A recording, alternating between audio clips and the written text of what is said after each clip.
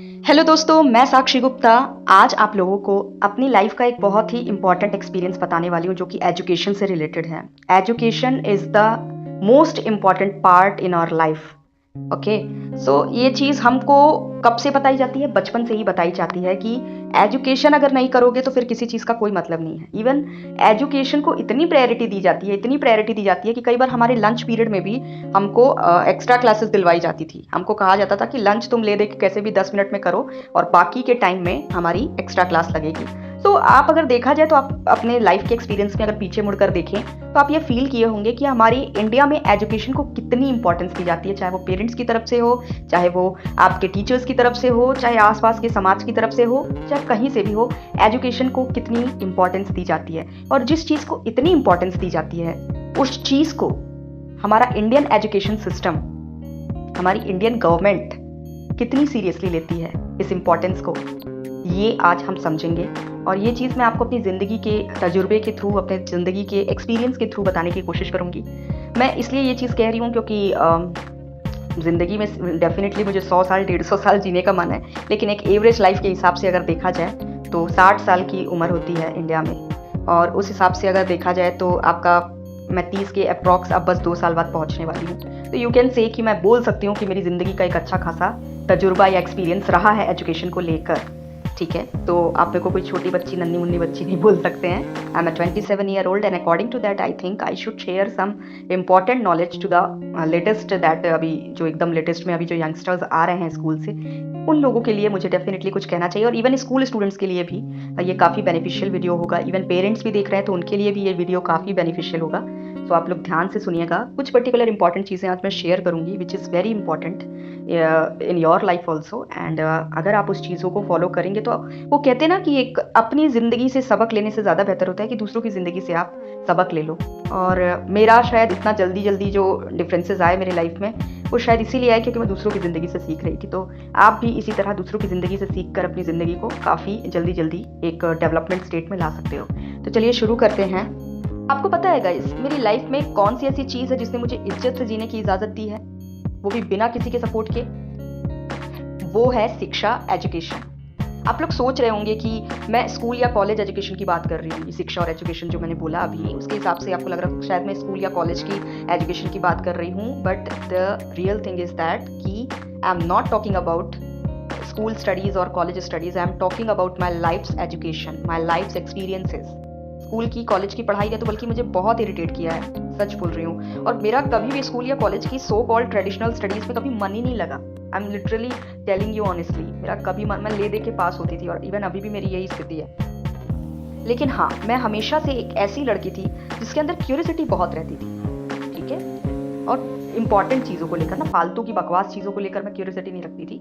Important चीज़ें जो मेरी लाइफ में, प्रैक्टिकल लाइफ में मेरे काम आएंगी, प्रैक्टिकल लाइफ में, मेरी असल जिंदगी में, मेरी वर्चुअल लाइफ में, मेरी वास्तविक जिंदगी में जो चीज़ें चलती थी, उन चीज़ों को लेकर मैं क्यूरियोसिटी बहुत रखती थी। ठीक है, पास्ट, फ्यूचर, प्रेजेंट, हर चीज़ पर मेरा तगड़ा फोकस रहता था।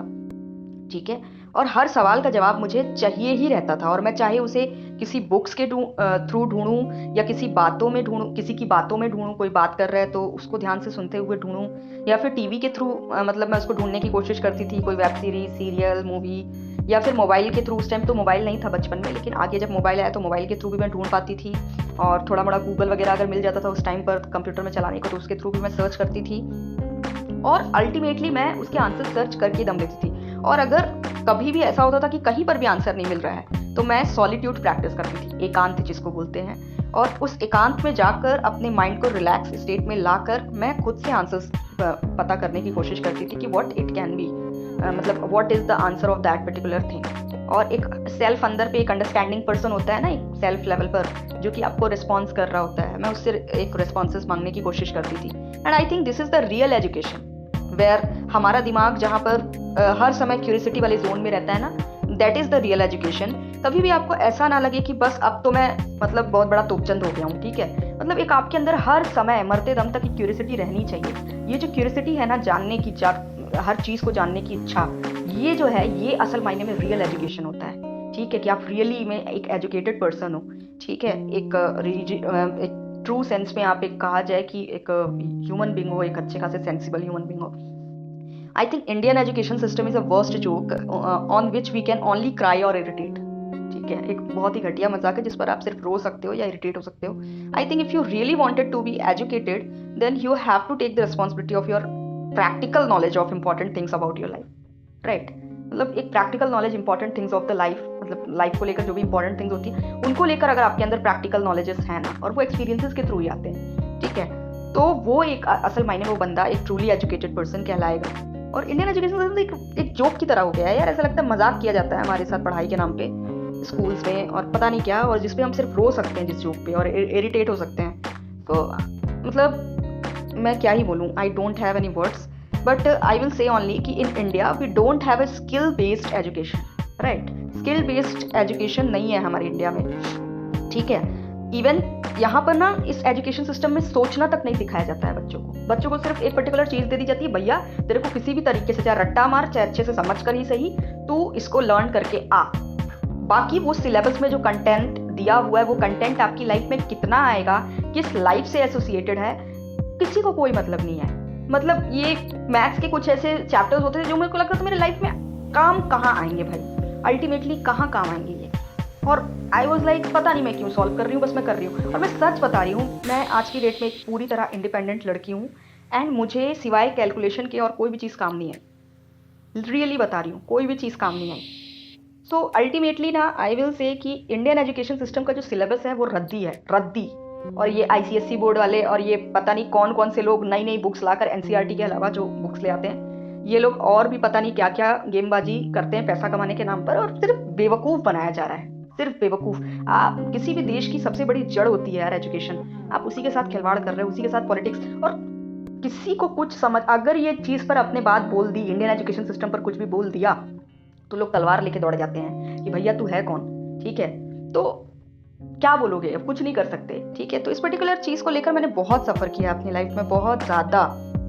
मैंने ना कहा जाए कि मैंने अपने जीवन के 25 साल ये स्कूल और कॉलेज की पढ़ाई करते करते बिता दिया, पर आज तक मैं जो कुछ भी हूँ, मतलब आज की डेट में, वो अपने जीवन के द्वारा सिखाई गई चीज़ों के दम पर ही हूँ। मानो या ना मानो, but this is the ultimate truth of my life, ठीक है।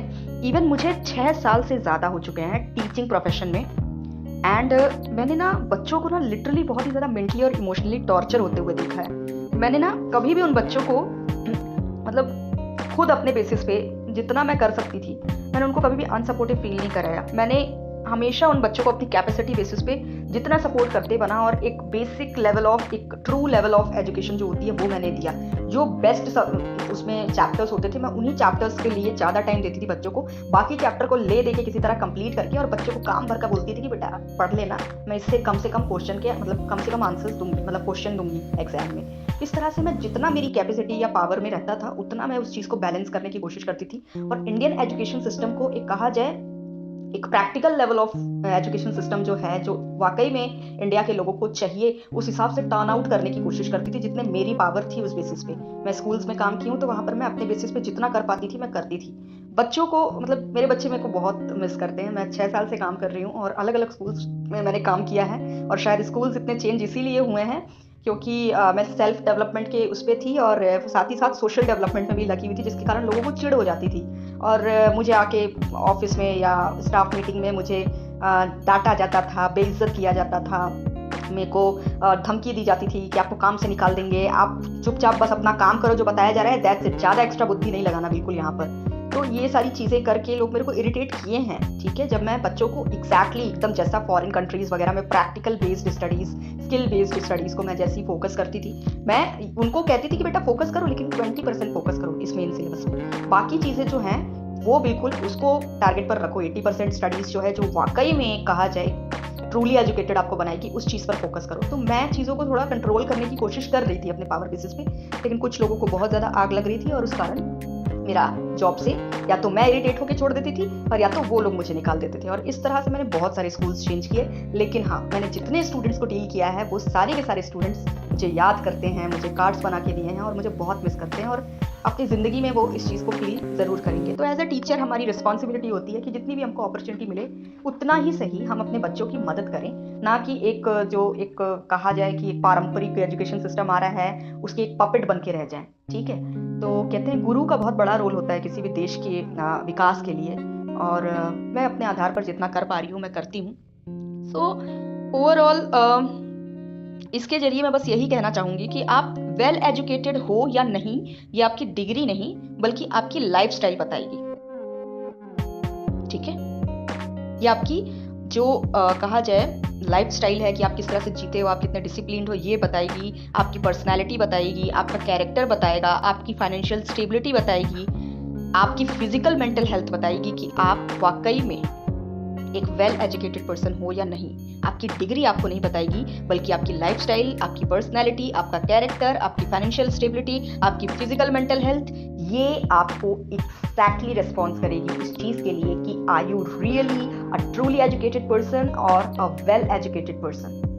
सो ये मेरा लाइफ का 25 ईयर्स का एक्सपीरियंस है कि अगर आपकी फाइनेंशियल स्टेबिलिटी है, एक स्ट्रॉन्ग फाइनेंशियल स्टेबिलिटी है, आपका कैरेक्टर तगड़ा है, आपकी पर्सनैलिटी तगड़ी है, आपकी लाइफस्टाइल बहुत ही एकदम कहा जाए एक आइडियल लाइफस्टाइल है, आपका फिजिकल और मेंटल हेल्थ बहुत ही अमेजिंग कंडीशन में है, आप मान के चलिए कि you are one of the best, one of the amazing truly educated person in the world, right. और अगर थोड़ी सी भी ये क्वालिटीज आपके अंदर हैं तो भी यू आर अमेजिंग पर्सन। लेकिन बेस्ट के लिए तो आपको हर चीज़ में एक बेसिक लेवल ऑफ परफेक्शन तो गेन करनी पड़ेगी। 100% परफेक्ट जैसा तो कुछ होता नहीं है, बट एक बेसिक लेवल ऑफ परफेक्शन आपको टच करनी पड़ेगी। So I hope that now you will feel proud on your self अगर आप में ये क्वालिटीज़ है तो। And that's it, so that's it for today. Thank you so much guys. Video पसंद आया हो तो लाइक करिएगा, कुछ पूछना हो तो कमेंट करिएगा, तारीफ करने का मन करते तो कमेंट कर दीजिएगा। एंड अगर इसी तरह के वीडियोस और भी देखने हैं या मेरे प्लेलिस्ट में और भी कोई ऐसा टॉपिक हो जो आपको पसंद आए और आप चाहते हैं कि वैसे वीडियोस और देखूं मैं, तो आप मेरे चैनल को सब्सक्राइब भी कर लीजिएगा। धन्यवाद।